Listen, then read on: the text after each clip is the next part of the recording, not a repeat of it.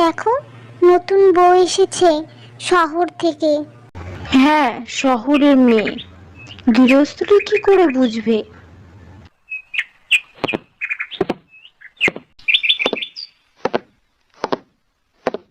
নমস্কার মা, আপনার আশীর্বাদ নেব।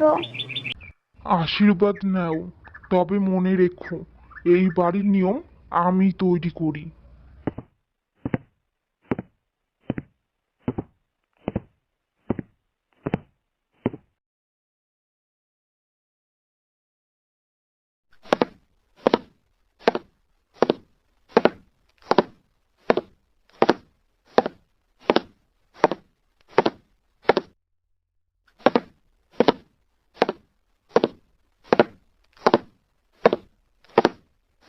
মা, আজ আমি খিচুড়ি আর বেগুন ভাজা করব।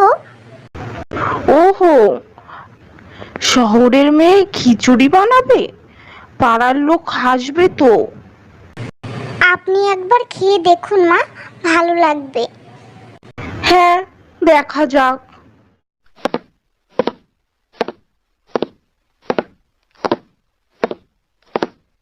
বিকাশ, আমি কি কিছু ভুল করেছি?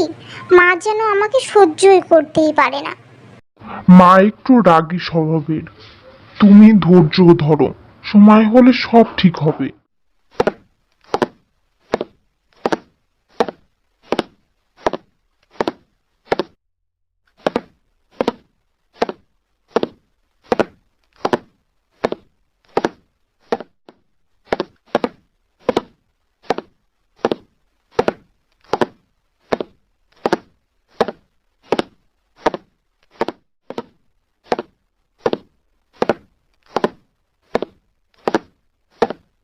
বাহ রিনা, তুমি দারুণ আলপনা এঁকেছো। শহরের মেয়ে আঁকা ভালো তো, কিন্তু আমাদের গ্রামের এসব সবার পছন্দ না। আমি মনের আনন্দে এঁকেছিলাম মা।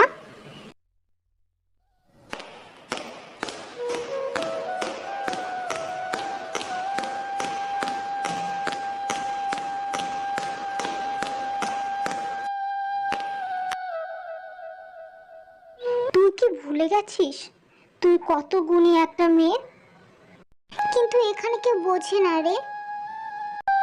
তুই একদিন ওনাদের ভুল ভাঙাবি, আমি জানি। হ্যাঁ, এবার আমি হার মানবো না, নিজেকে প্রমাণ করেই ছাড়বো।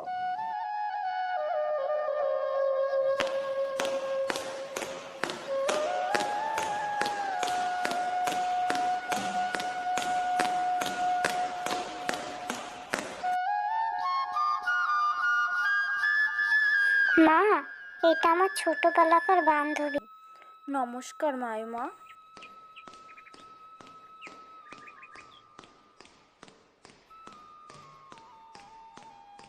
না, জল দে।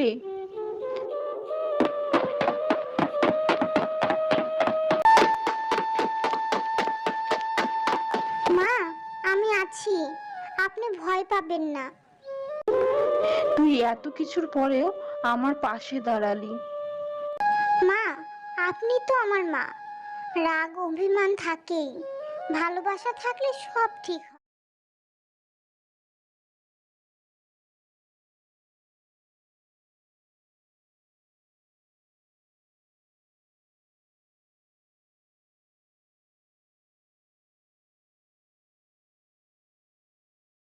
আমি ভুল করেছিলাম। আমি রিনাকে ছোট করতাম। আজ আমি গর্ব করে বলি, ওই আমার মেয়ে। আমরা তো সব সময় জানতাম রিনা এমনই মেয়ে। ওর মতো মেয়ে পাওয়াই ভাগ্যের বিষয়।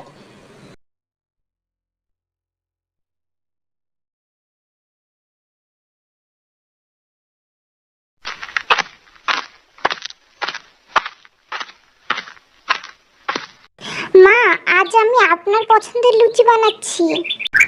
আর আমি তোমার জন্য পায়েস। তো আজ আমার সব পছন্দের রান্না। জীবনের অহংকার যতই থাকুক না কেন, ভালোবাসা আর ধৈর্যই সব কিছুতে জয় করতে পারে। অহংকার শাশুড়ি ও হার মানে, ভালোবাসা